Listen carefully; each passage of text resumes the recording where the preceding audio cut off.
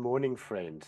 My name is Rian Nolan, and I'm a HashiQube ambassador and a DevOps engineer living in Brisbane, Australia. And today, I'd like to help you understand how Ansible and Terraform works together to manage your infrastructure and configuration. Now, you may be aware that HashiQube has recently been purchased by IBM. Now, HashiQube has a number of projects. Those include Vault, Terraform, Nomad, Consul, Boundary, Packer, Vagrant, and Waypoint, and also Sentinel, which is policies and code. Now, IBM also has a number of products. Some of which you might be familiar with is Red Hat and Ansible. And we'll primarily focus on these technologies.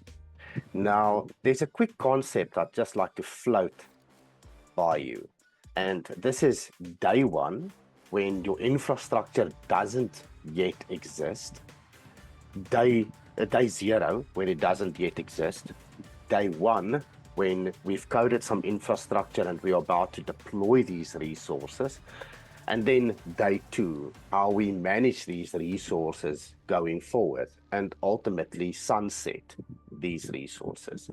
Now, I'll link a video in the description to where Armin Dadgar explains this. He explains it really very well, and it's a beautiful explanation.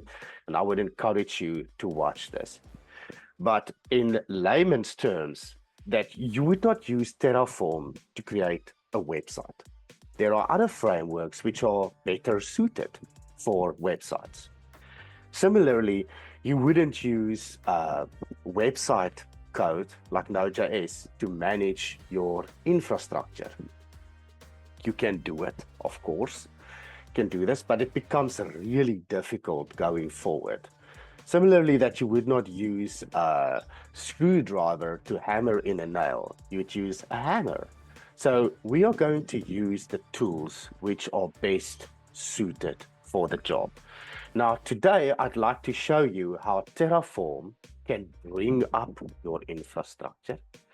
And then once these virtual machines has been provisioned, how we can then hand this over to Ansible to do the configuration in code for us.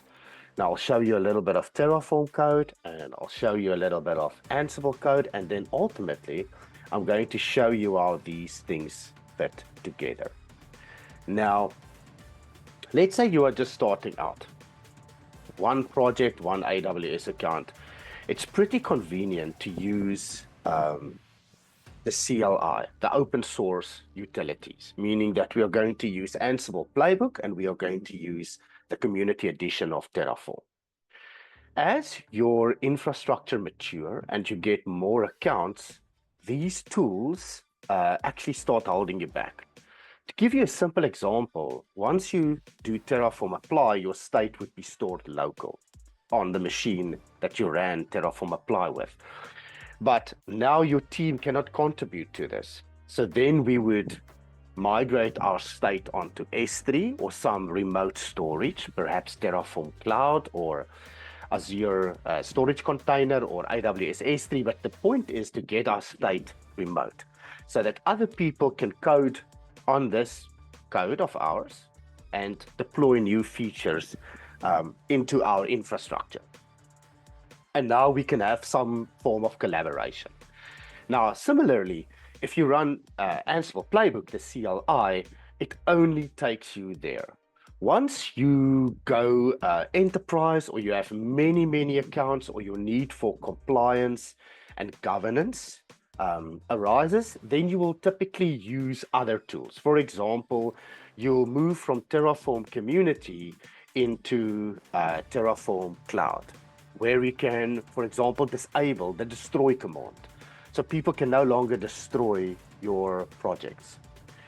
You would also not run Terraform and all of these commands manually anymore. You would perhaps move this into a CI/CD automation pipeline, like GitHub Actions or Azure DevOps or a GitLab pipeline or something similar like that.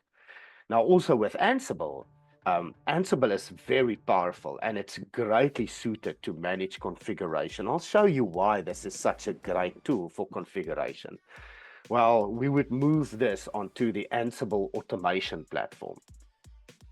Now, with the exception of Terraform Cloud, all of these other platforms like Ansible Automation Platform requires an enterprise license. Terraform Cloud also does, but we are lucky enough to be able to register our own Terraform Cloud, and HashiQube gives us the ability to manage 500 resources for free. We don't even need to put a credit card in. But let me share my screen with you and walk you through this.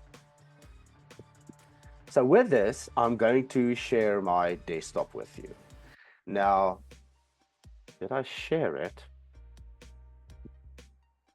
There. I think this is now shared. Let me just move this guy quickly out of the way here. Okay. So for us to get started, we are going to fire up HashiQube. And this is a DevOps Lab that I've created to help people get on top of these technologies. Now, HashiQube is a Docker container that runs in a GitHub code space, or you can run it locally as a Vagrant machine, or you can use Docker Compose to bring these this machine up, this lab, this DevOps Lab. We are going to use GitHub code spaces because it's super easy, it's simple, doesn't require anything, you just need a DevOps account.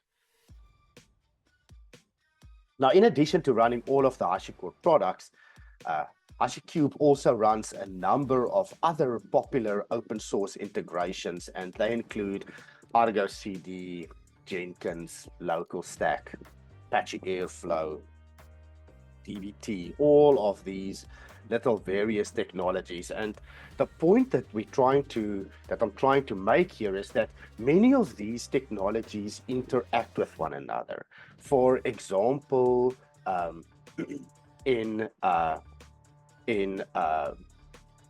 example, Ansible AWX Tower, this one, you can also use Terraform to call Ansible.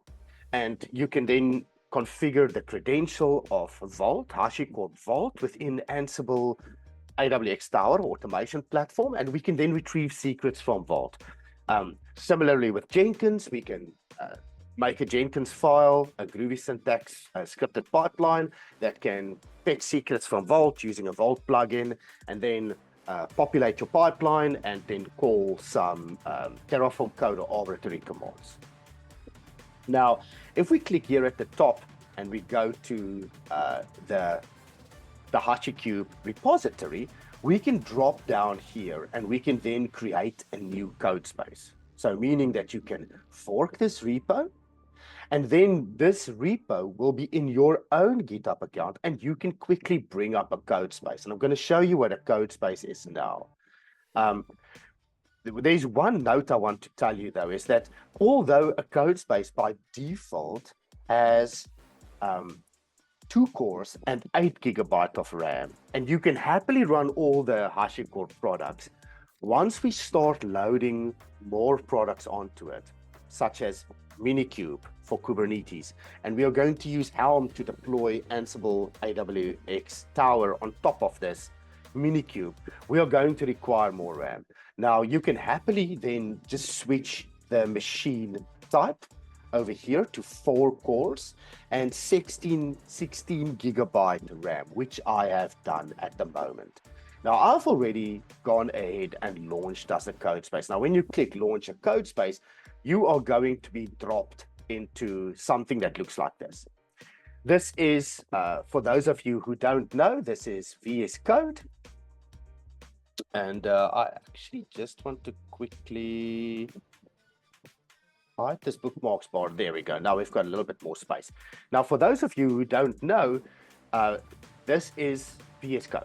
For all intents and purposes, this is VS Code. We can open up Ansible Tower, Ansible Tower.sh, and we have our code editor right here.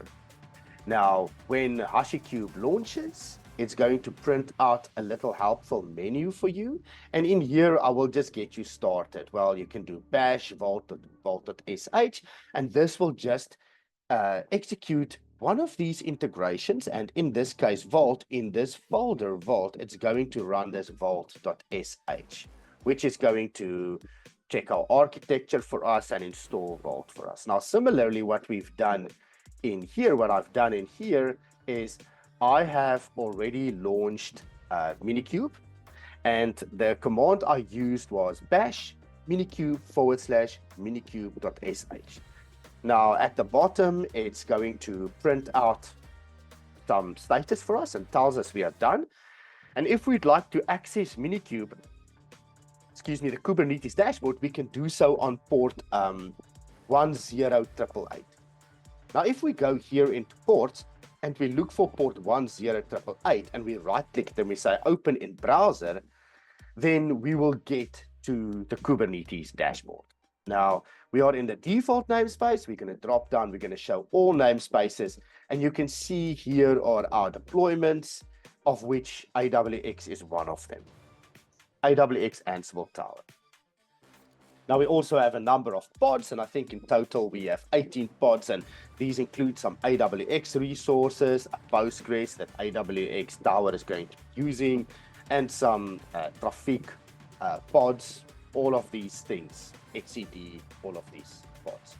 Now, a pod is basically just a container, a little application that does a function that runs on Kubernetes, right? Now, we are going to execute this command, and this is going to set up the Docker daemon for us and Minikube, which means that we can now happily do stuff like kubectl get pods and services of all namespaces. So we can get pods and services of all namespaces, and we have a little error here. Just see pods. Okay, nevertheless, let's just see unhandled error. We might have a little problem here, but the demo gods. Let's see if Ansible Tower is still working. Well, okay, so we're just going to move past that and we'll get back to this now. Now, what happens when we run bash Ansible Tower, Ansible Tower.sh, is it is going to install Ansible Tower for us, and it's going to use a combination of customize and kubectl commands to bring up all of these Kubernetes resources for us. Now, it will bring up the AWX demo, the Postgres, and the operator controller for us. These are just components of Ansible AWX Tower. Now, once Ansible is available, we are going to use a command to connect to Ansible automation platform. Now, let me show you around Ansible automation platform. First, you have something called projects. Now, a project is connected to a GitHub repository. Now, we've programmably added this project. But basically what it says here is that this project is called Ansible role example role. I'll show you what this looks like now. And it's coming from this Git URL, my GitHub user, *3am/Ansible role example role. And we are going to add this project. Now, once we add this project, we can see that the project is available here, and it will do a git sync for us. Maybe this is a good time to just quickly show you what it looks like. Now, Ansible is really incredible to manage configuration as code. So Ansible can manage Windows, Linux, Mac, and anything for you, really. Now, this might look overwhelming to you, but basically what we are going to focus on here is just the task folder.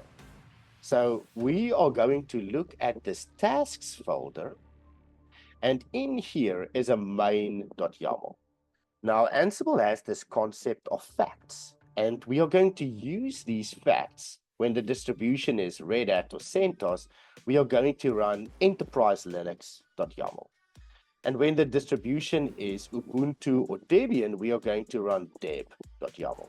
Similarly, when the distribution or the Ansible fact distribution contains Microsoft Windows, we are going to run windows.yaml. Now, for this purpose, HashiQube is running on Linux. I will show you the deb.yaml. Now, everything is defined in YAML, first of all, so it's very easy to code.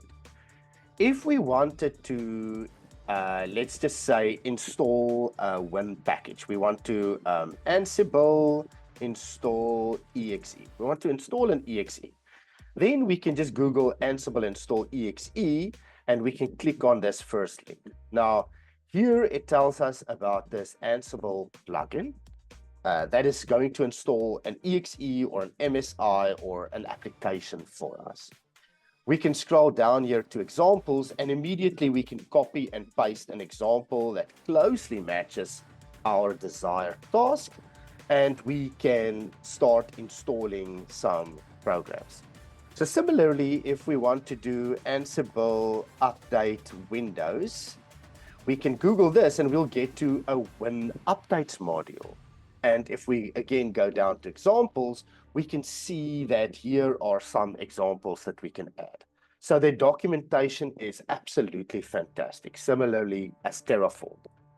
You can get started very, very quickly. Now, taking you back, this is an Ansible role. Everything is defined in YAML. And this purpose is not to show you how to code Ansible. I'll make a follow-up video for this, but I just want to get you across of what we are doing. Now, in this Ansible, we are going to run a set of tasks. This is a role, and this role is going to do some stuff for us on a Debian, in this case, Ubuntu machine. And one of these things that it's going to do is it's going to add a user called Ansible. Now, if we look at our output code over here in HashiQube, we are going to see that we ran this command, and it's using a pip utility, a Python pip utility, to call Ansible AWX tower. And this component, this platform, this application is going to access our machine, our inventory machine, and do the tasks for us. Now, remember in the beginning how I told you that, you can either run Terraform apply or Terraform plan locally, or you can do this via a pipeline, fire off a Terraform command that goes to Terraform Cloud, and Terraform Cloud will access your cloud accounts and create these resources for you. Well, similarly, we are just decoupling these components. So we are telling, we are using this AWX pip utility to call AWX Tower, Ansible automation platform, on a different separate instance to access our workloads for us. Now, what did this do? Well, it gathered some facts for us. Then it saw that that this role is not Enterprise Linux and this role is not Windows, it is actually Ubuntu. So it's going to include this deb.yaml for us.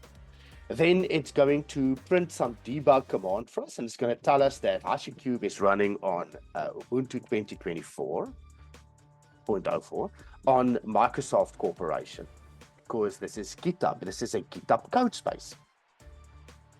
It's also going to install some systemd timesync command for us. It's going to create some files for us. It's going to write our host vars to a file, and I'm going to show you that now. And it's going to add a user for us. So if we open up a new browser, a new terminal, we will be able to see that we have a user Ansible in here. Now, this was created by the Ansible playbook. So in here, we said that this role should create an Ansible user for us. It should also write our variables to a file, and we call this we are going to fingerprint this host. So, and I'll tell you why. Ansible can be used in day zero by Packer when you are building an AMI, a machine image. You can run Ansible to configure this machine image for you. Bootstrap some certificates, install some programs, set some configuration files, add some users, do very many tasks for us. Once Packer is done, it's going to publish this AMI or this machine image somewhere. Terraform will then come along, take this machine image, boot it as a VM. Now, you remember how I floated this concept by you, day 0, day 1, and day 2. Well, certain things can only be done on day 1, when the image becomes a VM. To give you a simple example of that, you are not going to domain join a machine that Packer is configuring. Why? Well, because we are just building a machine image, this thing will ultimately shut down, be packaged up as a VM, and you'll only do domain join once this machine becomes a VM, once it now becomes a part of your workload. Similarly, you are not going to register against an endpoint, something like Splunk or anything like this, Dynatrace, because you are going to consume a license. And when you are building just this machine image, you don't need to consume a license because this workload is typically short-lived. It's just being used as staging VM to build your VM for you, drop it down and package it. Now, as I get to Packer, I think it's maybe just worthwhile to show you. So in my GitHub, I've got this golden image builder. And I will just quickly show you here in the Packer folder, we have, let's go to Windows. We have a Windows 22 template, and this template can build an Azure ARM machine for us. It can build Amazon EBS AMI for us. It can also build a Google Compute image for us or a Vagrant machine. Now, once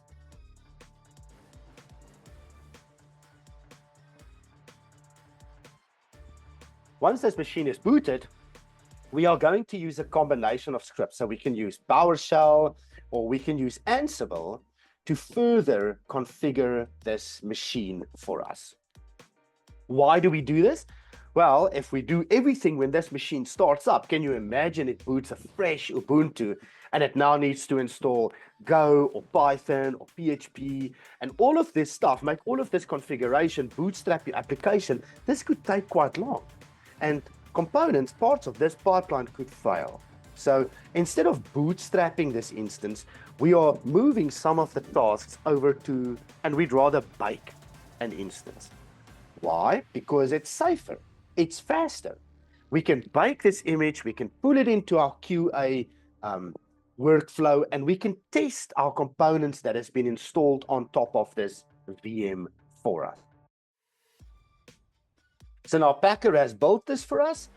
Terraform now comes along, gets this VM, runs Ansible for us, domain joins this thing and whatnot.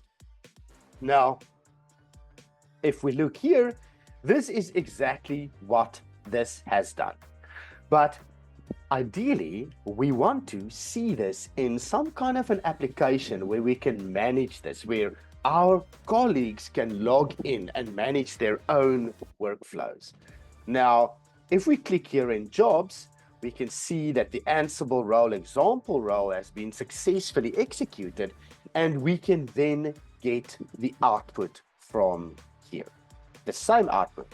We are also able to launch it, and while it's waiting for the job output, it's running, and we can kind of manage our own thing. So Ansible will now access the inventory, and it's going to run this playbook on top of this inventory, this job template. Now, I've showed you a project which is connected to a GitHub repository, And then we are going to create a job template based on this project. So in here, we have a job template, and this job template is using the project, our Ansible role example role, the role that I use for training, and it's going to use the demo inventory. Now, an inventory is a collection of hosts that are connected to this job template. Now, Ansible automation platform also has this component called smart inventories. So meaning that, let's say we have 100 or 1,000 VMs running in the cloud, we can target specific tags and we can say, run this Ansible playbook for me only on my Windows 22 instances, or run this for me only on one particular tag. Now, if we look at this inventory, then we can see that the hosts connected in this inventory are 127.18.0.1. Now, this is just the Docker breach IP of this HashiQube VM that we've got over here. So if we go ifconfig, we can see that one of these IPs, this one, is my Docker 0 IP address. Now, folks, I hope this clarified why this purchase of IBM to purchase HashiCorp is such a great coming together of technologies. So we can now use Terraform together with Ansible to really very manage all of our VMs and infrastructure as code. Now, Ansible don't just manage VMs. It's also a job scheduler, meaning that we can hit an API endpoint, we can use curl or anything like this in our Ansible playbooks. Now, the reason why this is such a wonderful union of technologies is that in order for us to write and manage pipelines, Terraform code, Packer templates, Ansible roles and playbooks, we just need to know two languages. Now, the one language that we need to know is obviously YAML. So YAML can create our Ansible roles and playbooks for us. And in YAML, we can also write pipelines. So in this case, I'm showing you the Golden Image Builder pipeline. This is all defined in YAML. This is easy to write, easy to process, very easy for people to adapt and get across. Now, if they would like to build Packer templates, well, then we are going to use HCL, which is HashiCorp Configuration Language. And this is HCL, folks. Similarly, when we have Terraform, well, Terraform also uses HCL, HashiCorp Configuration Language, to write some Terraform code. So just by knowing two little languages, YAML and HCL, we can accomplish about 99% of all of the things we need to do. Now, the reason why I'm showing you Terraform and Ansible, well, Ansible can configure Windows, Mac, Linux instances, and it can call any arbitrary script, and it's got a lot of integration modules, if I can call it like that. Now, similarly, Terraform has got the Terraform registry, and this registry has many plugins and providers that we can just use to quickly bring up some infrastructure using reusable modules. Now, friends, up until now, I've showed you Ansible and a little bit of Packer, but let me show you how Packer now builds a VM, hands it over to Terraform. Terraform boots this VM and hands this over to Ansible AWX tower or the automation platform. So with that, I'm going to share my screen with you. And I'm going to click share. So now what we have done is we have brought up a VM, actually with our golden image builder. And we have a pipeline that is running over here. So if we go to GitHub Actions, we will see that in this pipeline over here, we have first run a validation step where we get our Packer version, we determine our Ansible version, and our Terraform version. Now we are going to run some pre-commit rules, and we are going to make sure that our code plans and validates, and we are going to subject our code to some pre-commit rules. Once this is done, we are going to kick off a Packer build. Now, I'll link you to this repository, so you are welcome to use some of this code to get started. Now, in this Packer build, we are going to build a machine on AWS, okay? And we are going to kick off Ansible in Packer. And just in case I can help you refresh your memory, the Packer template that we are using is this Ubuntu Packer template. So it will be kicking off this Ansible role to run our Ansible for us. And the command that it will be using is here in GitHub. We will be using, let me just see here by Packer. We will be using this command, Packer build force only Amazon EBS, and we're going to build an Ubuntu 2024. Now, what this looks like is it's going to look like this. It's going to boot a machine in AWS for us, and here it is. This machine that has been terminated, this one. And it's going to run our Packer code on it, our Ansible code by Packer. And it's going to do exactly what I showed you earlier. It's going to determine our IP. It's going to add a user Ansible, and it's going to populate our host var. So here it has ensured that user Ansible is present. Maybe I can enlarge this for you a bit. Here it's going to ensure that our user Ansible is present, and it's going to set our fingerprint for us. And once it's done, it's going to power down this machine, and it's going to snapshot it, and it's going to create an AMI ID for us. We are then going to pass this over to Terraform plan, and we are going to use our Terraform module to spin up this new machine. And if I can find this AMI ID for you in this AWS instance of HashiQube that has just been built, it's going to run this, it's going to boot this AMI for us. Now, this is still busy applying, but in our pipeline, and I'll show you this briefly, we are kicking off an Ansible run. So in our pipeline, it looks like not Ansible, Terraform.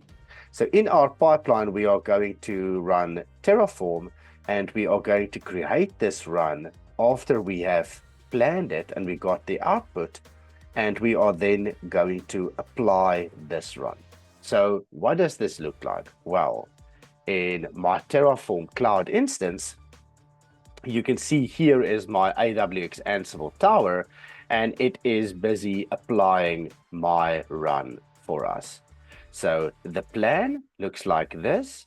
It is going to create all of these resources for us, an AWS machine running HashiQube with Ansible tower on it, and it is going to spin this up, and after this, it's going to run Ansible on this machine. Exactly what I've showed you earlier.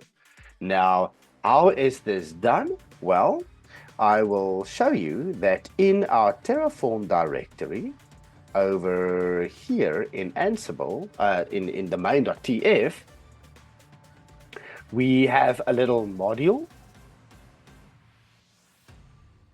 that is using the HashiQube master branch. And this one will boot and it will run this provisioner. So it will run base tools, Docker, Minikube, and Ansible tower.sh. And then it will get the external data for us. It will log into Ansible Tower and authenticate. And then it is going to run this null resource for us that will just run the AWX CLI utility.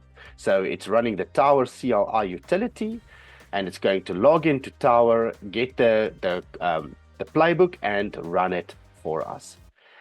And so, friends, I am hoping that this gives you more insight into how Ansible and Terraform can work together. And I've given you a lab where you can try and run this yourself. Please ask some questions. I'll link all the links and the repository to get you started in here. And have fun, friends. Thank you very much for joining me today. Have a wonderful day.